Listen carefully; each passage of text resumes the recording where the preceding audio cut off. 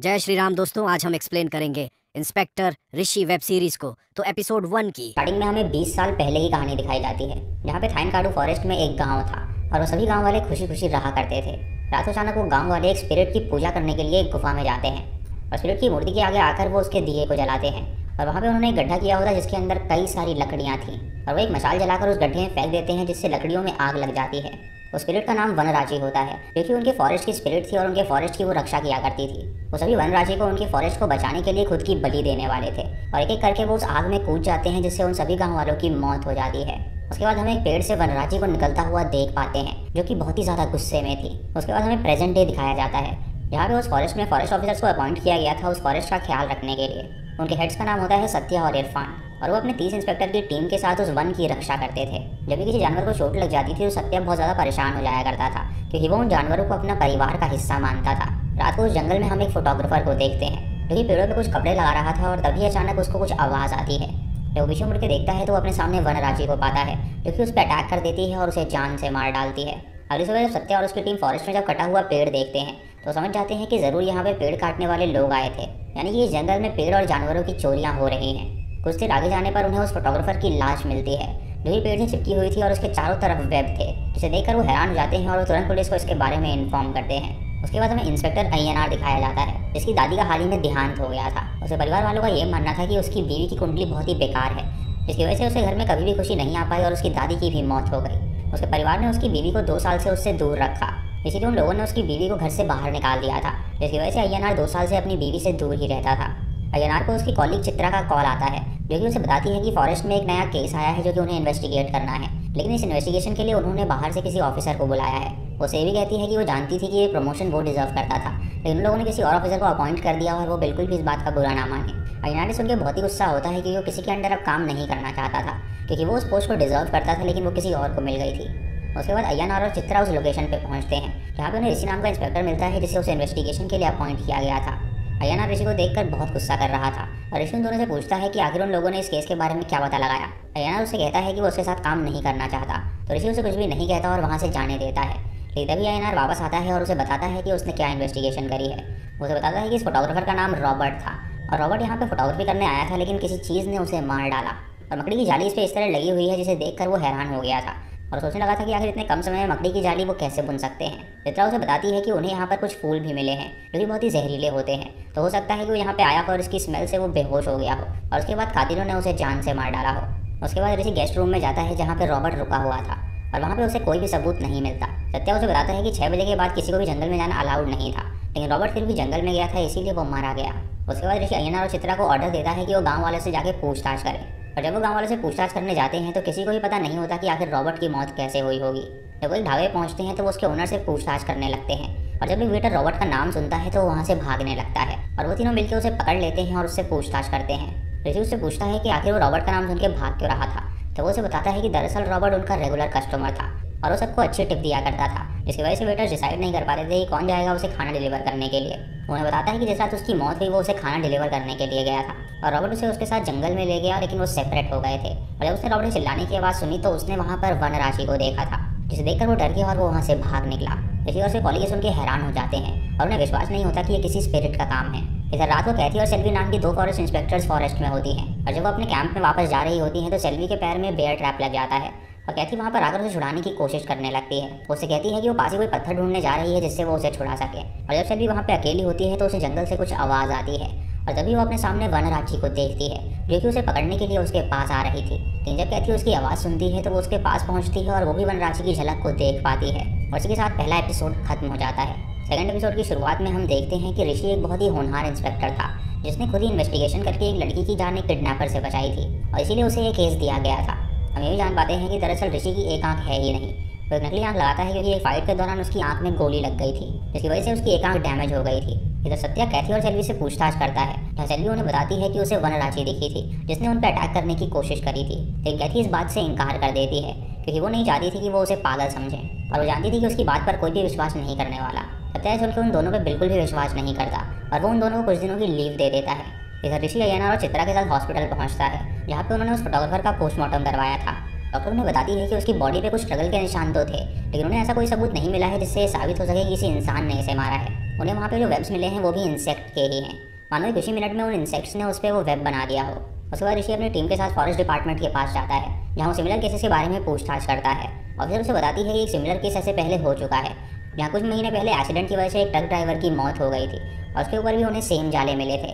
इधर सेल्वी कहती से पूछती है कि आखिर उसने सच क्यों नहीं बोला कि उसे वनराची दिखी थी, तो कहती उससे कहती है कि उनकी बातों पे कोई भी विश्वास नहीं करने वाला। इस उनकी सेल्वी उससे कहती है कि उसका यहाँ पे कोई भी नहीं रहता, तो अगर वो चाहे तो वो उसके गाँव चल सकती है कुछ दिनों के लिए रहने के लिए। लेकिन कैथी उससे कहती है कि वो यहीं पे रहना चाहती है और सेल्वी अपना बैग लेकर अपने गाँव चली जाती है। उसके बाद कैथी अपने ऑर्फनेज में जाती है, जहाँ पे वो अपनी मदर से मिलती है, जिसने उसे पाल पोस के बड़ा किया था। वो मदर बहुत ही बीमार होती है, जिसकी हालत देखकर कैथी बहुत ही परेशान हो जाती है और वो उससे कहती है कि अगर वो जिंदा नहीं रही तो इस दुनिया में उसका कोई भी नहीं रहेगा। इधर ऋषि और उसकी टीम उस ड्राइवर की मौत के बारे में गांव वाले से पूछताछ करने लगते हैं और जब वो ड्राइवर के घर पहुंचते हैं तो उसकी वाइफ से वो पूछताछ करते हैं, जहां उसकी वाइफ उसे बताती है कि मरने से कुछ दिनों पहले उसे बहुत ही अजीब तरह व्यवहार करने लगे थे। उन्हें लग रहा था कि शायद किसी औरत की आत्मा उसके पीछे पड़ी हुई है और उनको रातों को नींद भी नहीं आती थी। ये सुनकर ऋषि हैरान हो जाता है और वो समझ जाता है कि उसे भी वो वनराची नजर आई होगी। वो गाँव वाले से पूछता है तो सब कहते हैं कि वनराची उसी गाँव में रहती है और कुछ लोगों को तो वो दिखाई भी दी है। उसके बाद वो एक डॉक्यूमेंट्री देखता है, जहाँ उसे पता चलता है कि दरअसल हिंदू माइथोलॉजी में ऐसे कई सारे गॉड्स हैं जिनकी पूजा करी जाती है, लेकिन उन्हीं गॉड्स में से कुछ बुरे गॉड्स भी हैं जो कि किसी को भी नहीं बख्शते और उन्हीं में से एक वनराची है। ऋषि अपने घर में जाता है तो अचानक से उसे माइग्रेन होने लगता है और हम देख पाते हैं कि कोई पास्ट की बात उसे खाए जा रही है और वो अपने सामने एक आत्मा को देखता है जो कि उसे डराती है और हम जान पाते हैं कि ज़रूर पास्ट में उसके साथ कुछ हुआ होगा जिसकी वजह से वो बहुत डरा हुआ है। उसके बाद हमें एक कॉन्ट्रैक्टर दिखाया जाता है जो कि हरीश नाम के एक इंजीनियर के पास जाता है और वो उससे पूछता है कि आखिर मजदूर काम पे क्यों नहीं आ रहे हैं। तो बताता है कि मजदूरों का ये मानना है कि इस गाँव में कोई भूत का साया है, इसीलिए आधे से ज़्यादा मजदूर तो काम पर आ ही नहीं रहे हैं। इसलिए कॉन्ट्रैक्टर कहता है कि वो दूसरे स्टेट से कुछ मजदूरों को भेज रहा है और वो उनसे अच्छे से काम कराए। उसके बाद हमें उस कॉन्ट्रैक्टर की बीवी दिखाई जाती है जो कि रात को जंगल के रास्ते अपनी भांजी के साथ घर वापस आ रही थी। उसकी वाइफ प्रेग्नेंट होती है और तभी एक बूढ़ी औरत उसे देखकर अपने पास बुलाती है और उसे कहती है कि वो वनराची से बच कर रहे, क्योंकि वो प्रेग्नेंट है और उसे रात को ऐसे नहीं घूमना चाहिए। वनराची खुद की संतान नहीं पैदा कर पाई थी, इसीलिए वो दूसरों की संतान को छीन लेती है और अगर उसे कहीं भी लोहा नजर आए तो वो लोहा अपने हाथ में रख ले, जिससे कि वनराची उसे चोट नहीं पहुंचाएगी। ये सुनकर उसकी भांजी कहती है कि ये बुढ़िया कुछ भी बोलती रहती है और वो दोनों वहाँ से चली जाती हैं। उसकी भांजी को उसे घर छोड़ देती है और उसके बाद अपने घर जाने लगती है और तभी उसे उस अम्मा की बात याद आती है,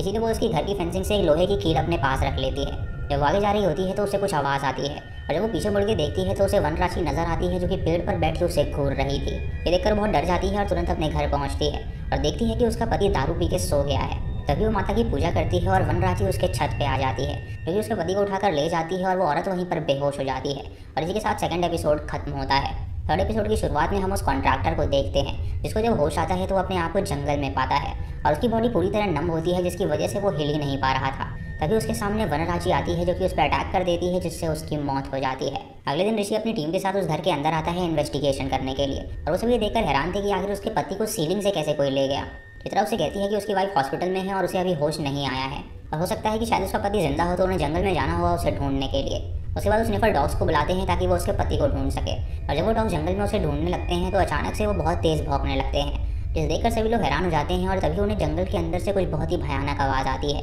तभी ऋषि बिना डरे आगे जाता है और उसे उस कॉन्ट्रैक्टर की लाश मिलती है, क्योंकि सेम उसी पैटर्न में पड़ी हुई थी जैसे ही उस फोटोग्राफर की लाश थी। उसे पोस्टमार्टम के लिए डॉक्टर के पास ले जाया जाता है, जहाँ डॉक्टर उनसे कहती है कि ये बिल्कुल सेम पैटर्न है और उसकी मौत भी वैसे ही हुई है जैसे उस फोटोग्राफर की मौत हुई थी। तभी अचानक उसके गले के अंदर कुछ हिलता हुआ नजर आता है और जब उसका मुंह खुलता है तो उसके अंदर से कई सारे कीड़े बाहर निकलते हैं। ये देखकर वो हैरान हो जाते हैं और एक कीड़े को पकड़कर वो इंस्पेक्शन के लिए ले जाते हैं, जहाँ पे एक्सपर्ट उन्हें बताता है कि ये प्रेइंग मांटीज की फैमिली से हैं और ये ऐसे कीड़े हैं जिनके हाथों से वेब निकलते हैं। ये जहाँ कहीं भी चलते हैं वो उस वेब को निकालते हुए ही चलते हैं और ज़रूर उसकी बॉडी पर इसी प्रजाति के कीड़े आए होंगे जिन्होंने वो वेब्स वहाँ पे बनाए। ऋषि पूछता है क्या इन इंसेक्ट्स को ट्रेन किया जा सकता है, तो उससे कहता है कि उन्हें ट्रेन करना इम्पॉसिबल है। तभी चित्रा कहती है कि अमेरिका के एक शख्स ने उन कीड़ों को ट्रेन किया था, यानी कि इन कीड़ों को ट्रेन करना मुमकिन है। ऋषि अपनी टीम को बताता है कि ये तीनों बंदे मरे हैं, ज़रूर इनके पीछे कोई ना कोई कारण है और इन तीनों की मौत में कोई ना कोई कनेक्शन ज़रूर है, जिसे उन्हें पता लगाना होगा, जिससे वो कातिल तक पहुँच जाएंगे। इधर में मंगाई नाम की एक आर्टिस्ट दिखाई जाती है जो कि एक एक्टर थी और वो पुतले भी बनाया करती थी। हम देख पाते हैं कि उसने वनराची के कई सारे पुतले बना रखे थे और तभी उसकी दुकान पर एक लड़की आती है जो कि उस पुतले को लेना चाहती है, लेकिन उसकी माँ उसे इनकार कर देती है और वहाँ से चली जाती है।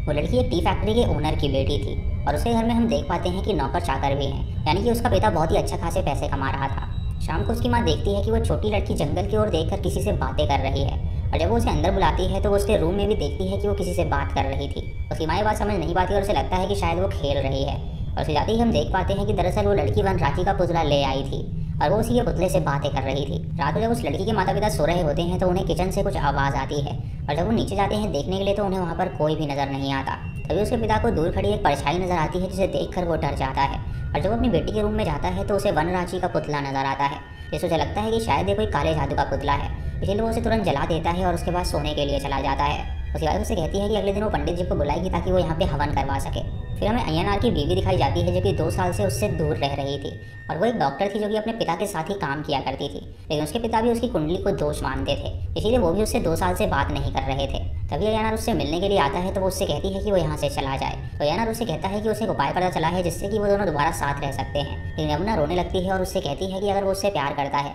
तो उसे अपने माता पिता को समझाना चाहिए कि वो ऐसी नहीं है। वो उसे कहती है कि वो अकेले ही खुश है इसीलिए वो यहाँ से चला जाए। इधर शाम को चित्रा जब अपने घर पहुँचती है तो देखती है कि उसके माता पिता ने उसके लिए रिश्ता देखना शुरू कर दिया है, जहाँ पे उसकी शादी अपने दोस्त के बेटे से करवाने वाले हैं। और चित्रा अपने माता पिता को मना नहीं कर सकती थी, इसलिए वो दुविधा में पड़ जाती है कि आखिर वो क्या करे। रात को अय्यनार से मिलने के लिए जाती है, जहाँ पे वो दोनों अपने दुखड़े एक दूसरे को बताते हैं। अय्यनार उससे कहता है कि वो अपनी वाइफ से बहुत प्यार करता है और वो चाहता है कि वो उसकी ज़िंदगी में वापस आ जाए। इधर ऋषि अपने घर में होता है जो कि सीलिंग की तरफ बस देखे ही जा रहा था। वो याद करता है कि कैसे वो अपनी गर्लफ्रेंड विकी के साथ खुशी खुशी रहा करता था और उसने विकी से कहा था कि उसकी जॉब बहुत ही खतरनाक है, इसलिए वो कोई अच्छा लड़का देखकर शादी कर ले। लेकिन विकी ने उससे कहा था कि अगर वो पहले मर भी गई तो भी वो उसका साथ नहीं छोड़ने वाली। फिर हमें दिखाया जाता है कि सीलिंग पे दरअसल विकी की आत्मा है जो कि उसे घूर रही है, यानी कि वो विकी की आत्मा को हेलुसिनेट कर रहा था और विकी के साथ ज़रूर कुछ पास्ट में हुआ होगा जिसकी वजह से वो ट्रॉमेटाइज्ड था। इसी के साथ तीसरा एपिसोड यहीं पर खत्म हो जाता है। 4th एपिसोड की शुरुआत में हमें मंगाई दिखाई जाती है जो कि अपनी दुकान बंद करके घर वापस जा रही थी। तभी अचानक उसका पीछा एक बंदा करने लगता है जिससे वो बहुत ज़्यादा डर जाती है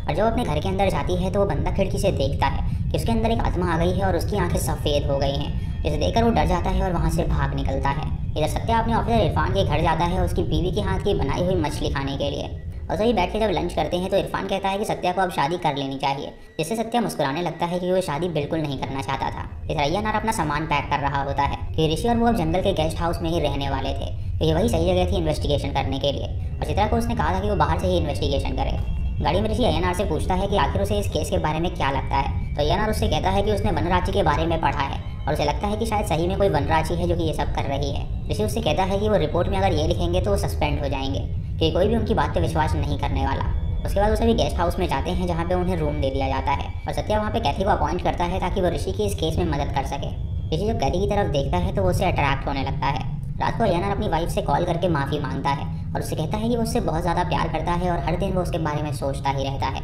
उसकी वाइफ भी उसके साथ रहना चाहती थी लेकिन वो कुछ भी नहीं कर सकती थी क्योंकि वो अपने माता पिता के खिलाफ जा ही नहीं रहा था। इस उनके वो फ़ोन को काट देती है और वो दोनों सो जाते हैं। जब चित्रा जब अपने घर में होती है तो वो अपनी एक फ्रेंड की फ़ोटोज़ देखने लगती है, जिससे हम जान पाते हैं कि दरअसल चित्रा एक लेस्बियन है जो कि अपनी ही कॉलेज फ्रेंड को पसंद करती है। तभी अचानक उसकी कॉलेज फ्रेंड का उसे कॉल आता है और वो जब उसकी कॉल उठाती है तो उससे कहती है कि दरअसल उसका कोई एग्जाम है जिसके कारण वो वहाँ पर आने वाली है, तो क्या वो उसके घर में रह सकती है। तो चित्रा उसे अलाउ कर देती है। अगली सुबह कहती ऋषि और अय्यनार को जंगल में लेकर जा रही होती है और ऋषि उससे पूछता है कि वो भी तो उस दिन सेल्वी के साथ ही थी, तो बताई कि उसने रांची को देखा था या नहीं। उससे कहती है कि वहाँ पे बहुत ज़्यादा अंधेरा था और उसे लगा कि शायद वो कोई भालू है और वो पक्का यकीन से नहीं कह सकती कि वो रांची थी या नहीं। उसके बाद वो सभी उस कॉन्ट्रैक्टर के ऑफिस में पहुँचते हैं जहाँ पे वो छानबीन करने लगते हैं तो उन्हें उसकी डेस्क में एक सीक्रेट ड्रॉअर मिलता है। उसके बाद वो साइड पे जाते हैं जहाँ पे वो कॉन्ट्रैक्टर काम करवा रहा था और तभी ऋषि को जंगल में कुछ नज़र आता है तो वो जंगल की ओर जाने लगता है। वहाँ पे उसे माइग्रेन होने लगता है जिसकी वजह से वो कैथी की आवाज़ नहीं सुन पाता और कैथी उसे लेकर एक पेड़ के पीछे छुप जाती है और वो देख पाता है कि वहाँ पे तेंदुआ और एक सुगर की लड़ाई चल रही थी, इसीलिए कैथी ने उसे वहाँ पर छुपाया था। तभी वहाँ पे बारिश होने लगती है तो वो लोग एक कैंप में चले जाते हैं और ऋषि कैथी को देखता है जो कि बारिश के मज़े ले रही थी। तभी ऋषि अपनी नकली आँख निकालता है और उसे बारिश के पानी से धोता है और कैथी ये देखकर हैरान हो जाती है। उसके बाद वो सभी हॉस्पिटल पहुँचते हैं जहाँ पे कॉन्ट्रैक्टर की वाइफ ने अपना बच्चा खो दिया था और वो कोई भी बयान देने की हालत में बिल्कुल भी नहीं थी। ऋषि याद करता है कि एक दिन वो अपने दोस्तों के साथ क्लब में था और उसने विजय के साथ ब्रेकअप कर लिया था, तो उसके दोस्तों ने उससे कहा था कि वो उससे पैचअप कर ले, लेकिन उसने उन्हें बताया था कि अब वो उससे पैचअप हरगिज़ नहीं करने वाला। तभी उसे विजय का कॉल आया था और जब उसने उसका कॉल उठाया था तो विजय उससे कह रही थी कि वो अपने दोस्तों के साथ पार्टी क्यों कर रहा है। जब उसने खिड़की के बाहर देखा तो उसे विजय नजर आई और उसने उसे धमकी दी कि अगर वो उसके पास नहीं आया तो वो अपनी जान दे देगी। ऋषि ये सब सोच के परेशान हो रहा होता है और तभी वहाँ पर कैथी आ जाती है, जिसे देखकर ऋषि डर जाता है और वो उस पर चिल्ला देता है। लेकिन कुछ देर बाद वो उससे माफ़ी मांगता है उस पर चिल्लाने के लिए। वो उसे कहता है कि उसके सर में अक्सर दर्द होता रहता है, तो कैथी उससे कहती है कि वो उसके लिए ब्लैक टी बना कर लाई है और जब वो उसे वो ब्लैक टी पिलाती है तो उसे वो काफ़ी ज़्यादा अच्छी लगती है। कैथी उससे पूछती है कि आखिर उसकी एक आंख कैसे चली गई, तो वो उसे बताता है कि दरअसल लड़ाई के दौरान एक गोली उसके आंख को छू कर निकल गई थी, जिसकी वजह से उसने अपनी एक आंख खो दी थी और उसके बाद उसने बहुत ही ट्रेनिंग करी ताकि वो एक आंख से भी परफेक्टली वर्क कर सके। इधर रोटी फैक्ट्री का मालिक अपने फैक्ट्री में होता है जहाँ पे उसकी वाइफ उसे कॉल करती है और उसे बताती है कि घर में पूजा है तो वो जल्दी आ जाए, क्योंकि पंडित जी ने कहा है कि उसने जो पुतला जलाया है वो बहुत ही गलत है। उसके बाद रत्नम बाहर जाता है और तभी वो लैंप की तरफ देखता है जो कि जलने बुझने लगता है, और जब वो अपनी गाड़ी में बैठता है तो मिरर से वो वनराशि को देख पाता है, क्योंकि उसकी गाड़ी के ऊपर आके उस पर अटैक कर देती है। और इसी के साथ 4th एपिसोड खत्म हो जाता है। 5th एपिसोड की शुरुआत में हमें सत्या दिखाया जाता है, जो कि पंछियों को दाने डालता है, और वो नीली नाम की एक पंछी को अपने पास बुलाता है, जिसे वो चारा डालता है तो वो पंछी वहाँ पर आकर उसका चारा खाने लगती है, जिससे हम जान पाते हैं कि सत्या सच में जानवरों से बहुत ज़्यादा प्यार करता है। उसके बाद सत्या को खबर मिलती है कि उनका एक एलिफेंट गायब है, तो वो उसकी तलाश में निकल जाता है और हमें वो एलिफेंट चोर दिखाया जाता है, क्योंकि अपनी गैंग के साथ वहाँ पे एलिफेंट्स को मार के उनके दांत चुरा रहा था। तभी उसका आदमी वहाँ पर आता है और उसे कहता है कि फॉरेस्ट इंस्पेक्टर यहाँ पे आ रहे हैं, तो वो सभी जल्दी से सामान गैदर करते हैं और वहाँ से भाग निकलते हैं। इधर रोड पे उस टी फैक्ट्री ओनर की लाश मिलती है, जो कि पेड़ पे लटकी हुई थी और उसके आसपास वेब लगे हुए थे। ऋषि सबसे पहले पूछताछ करने के लिए रत्नम के भाई के पास जाता है, जहाँ उसके भाई से पूछता है कि जब उसका भाई मरा तो वो कहाँ पर था, तो उनसे कहता है कि वो एक एजेंट से मिलने के लिए कहीं और गया हुआ था। उसे कहते हैं कि वो उस एजेंट का नाम लिखे और उस होटल का नाम लिखे जिसमें वो रुका हुआ था, और वो देख पाते हैं कि दरअसल वो बहुत ज़्यादा संकोच कर रहा है, जिससे कि ऋषि समझ जाता है कि वो ज़रूर झूठ कह रहा है। तभी वो लोग नोटिस करते हैं कि उसे कई बार एक बंदे का कॉल आया जा रहा है, और वो उसे कहते हैं कि वो उस कॉल को उठा ले। जब वो उस कॉल को उठाता है तो हम देख पाते हैं कि दरअसल वो एलिफेंट चोर का कॉल है, क्योंकि उससे कहता है कि उसकी पेमेंट कब होगी। वो उसे कहता है कि उसकी पेमेंट हो जाएगी तो वो चिंता ना करे, और ये देखकर हम समझ पाते हैं कि दरअसल वो उस चोरों से मिला हुआ है। वो इंस्पेक्टर से झूठ बोलता है कि ये कोई क्लाइंट था, इसीलिए वो चिंता ना करे, और वो दोनों वहाँ से चले जाते हैं। उसके बाद ऋषि जब रतिनाम की गाड़ी को चेक करता है तो उसके अंदर उसे एक बहुत ही लंबा बाल मिलता है, जिसे देखकर वो उसे फॉरेंसिक में भेज देते हैं ताकि पता लगा सके कि आखिर वो बाल किसका होगा। इधर फॉरेस्ट में फॉरेस्ट ऑफिसर्स को कई सारे कैमराज टूटे हुए मिलते हैं, और ये बात जब सत्या को पता चलती है तो उन कैमराज में से वो मेमोरी कार्ड निकालता है, जिसमें सारे मेमोरी कार्ड टूटे हुए थे लेकिन एक मेमोरी कार्ड सही वर्क कर रहा था। इसीलिए वो उसकी लेटेस्ट रिकॉर्डिंग चेक करता है, जिसके अंदर उसे वनराजी नजर आती है, जो कि पेड़ के ऊपर से नीचे आ रही थी, और ये देखकर वो बहुत ज़्यादा हैरान हो जाता है। उसके बाद ऋषि रतिनाम के घर जाता है उसकी वाइफ से पूछताछ करने के लिए। अय्यनार उससे पूछताछ करता है, जहाँ पे वो लेडी उसे जवाब देती है, और ऋषि खिड़की से उसकी बेटी की तरफ देखता है जो कि गार्डन में खोद रही थी। तभी अय्यनार का पेन गिर जाता है तो वो पेन उठाने लगता है, और उसे कारपेट के नीचे कुछ नजर आता है, और जब वो कारपेट को हटाता है तो उसके अंदर उसे एक साइन मिलता है, जिससे वो उसे पूछता है कि यहाँ पे कोई हवन होने वाला था। तो टी फैक्ट्री ओनर का बेटा उसे बताता है कि उसके पिता को लग रहा था कि उनके घर में किसी औरत का साया है, इसीलिए वो हवन करवा रहे थे ताकि वो स्पिरिट यहाँ से जा सके। इधर ऋषि उसकी बेटी के पास पहुँचता है और उससे पूछता है कि आखिर वो क्या कर रही है, तो उसे कहती है कि उसके पिता ने रांची के पुतले को जला दिया था, इसी वजह से रांची गुस्सा हो गई और उसने उसके पिता को मार डाला, और वो अब उसे गाड़ रही है और उसकी पूजा करेगी, जिससे कि वो उसके भाई और उसकी माँ को बख्श देगी। ऋषि सुन के हैरान हो जाता है और वो उस पुतले को ले लेता है एविडेंस के रूप में, और उसके बाद वो मंगाई के घर में पहुंचता है वहाँ पे सर्च करने के लिए, क्योंकि उस एरिया में वो इकलौती थी जो कि उस पुतले को बनाया करती थी। मंगाई के घर में जांच पड़ताल करने के बाद उन्हें एक पेटी मिलती है, और जब वो उस पेटी को खोलते हैं तो उसके अंदर उन्हें वनराची की कॉस्ट्यूम मिलती है, जिसे देखकर वो समझ जाते हैं कि यही वो औरत है जो कि वनराची बन के सबको डराती है। वो उसे गिरफ्तार कर लेते हैं और उससे पूछताछ करने लगते हैं, लेकिन मंगाई का ये कहना था कि वो कॉस्ट्यूम उसके प्ले की है, क्योंकि वो एक ड्रामा कंपनी चलाती है और वो प्ले करने वाले हैं, और उसने मर्डर्स बिल्कुल भी नहीं किए हैं। वो नहीं बताती है कि दरअसल वो लड़की खुद आई थी उसके पास वो पुतला लेने के लिए, और उसने उसे बिल्कुल भी ज़बरदस्ती नहीं किया था। रात को सत्या ऋषि को वो क्लिप दिखाता है जिसमें वनराक्षी साफ साफ नजर आ रही थी, तो ऋषि उससे कहता है कि ज़रूरी किसी ट्रेंड बंदे का काम है, जो कि कोई जिमनास्ट होगा या तो कोई रोप वॉकर होगा, जिसके लिए करना बहुत ही आसान होगा। तभी वहाँ पर वो नीली चिड़िया आके बैठ जाती है, और सत्या उसके हाथ में चारा डालता है और उससे कहता है कि चिड़िया बहुत ज़्यादा प्यारी है, और चिड़िया ऋषि के हाथ में आकर उस चारे को खाने लगती है। उसके बाद हमें कुछ दिन पहले की कहानी दिखाई जाती है, जहाँ हम एक वर्कर को देखते हैं जो कि अपने मालिक की बकरियों का ख्याल रखता था, और वो फोटोग्राफर उसके पास आया था एक बकरी खरीदने के लिए। वो उसे ढेर सारे पैसे देता है और उससे कहता है कि वो एक और बकरी को दे दे, लेकिन वो उससे कहता है कि वो अपने मालिक से झूठ बोल के उसे और बकरियां नहीं दे सकता। फिर कहानी प्रेजेंट में आती है, जहाँ पे गांव वाले 4 मौतों को देखकर बहुत ही परेशान हो गए थे, और उनका ये मानना था कि पुलिस वाले कुछ भी नहीं कर सकते। लेकिन मुखिया उनसे कहता है कि वो लोग चिंता ना करें, वो लोग पुलिस का पूरी तरह सहयोग करेंगे। मुखिया जब घर जाने लगता है तो वो शिवा उसके पास आता है, जो कि उससे कहता है कि उसने अपने मालिक का काम छोड़ दिया है और वो कुछ नई बकरियां खरीदना चाहता है। तभी वो ऋषि को देख लेता है और वहाँ से भाग निकलता है, और ऋषि वहाँ पर आया था मुखिया से पूछताछ करने के लिए, क्योंकि दरअसल मंगाई मुखिया की ही बेटी थी। मुखिया की वाइफ उसे बताती है कि दरअसल मंगाई को नृत्य में बहुत ही इंटरेस्ट था, और उसके पिता नहीं चाहते थे कि वो नचनिया बने, इसलिए जब वो 19 की हुई तो उसने उसकी शादी करा दी थी, और उसका पति बहुत ही पियक्कड़ था जो कि उसे मारा पीटा करता था। इसीलिए मंगाई ने अपना घर और ससुराल छोड़ दिया था और वो कहीं और रहने लगी थी, और वो कई सालों से उनसे बात ही नहीं कर रही थी। उसकी माँ ये भी कहती है कि उसकी बेटी किसी का कत्ल नहीं कर सकती। इधर अय्यनार और चित्रा उस नाटक कंपनी के पास जाते हैं, जहाँ उन्हें पता चलता है कि वो लोग सच में वनराशि के ऊपर एक प्ले बना रहे हैं, जिससे साबित होता है कि मंगाई सच कह रही थी। अगली सुबह ऋषि जब जॉगिंग कर रहा होता है तो वो बहुत ज़्यादा थक जाता है, तो तभी उसे कैथी मिलने आती है तो देखती है कि उसके शरीर पे जोंक लग गई है। वो उस जोंक को बाहर निकालती है और उसका ट्रीटमेंट करने लगती है, और वो दोनों इतने नज़दीक होते हैं कि वो दोनों एक दूसरे को देखने लगते हैं। तभी ऋषि नदी की तरफ देखता है और वो विशी की आत्मा को उड़ता हुआ देख पाता है। इसे इमेजिन करके वो बहुत डर जाता है और वो कैथी पे चिल्ला देता है, जिसे ही कहती वहाँ से चली जाती है और ये एपिसोड यहीं पर खत्म हो जाता है।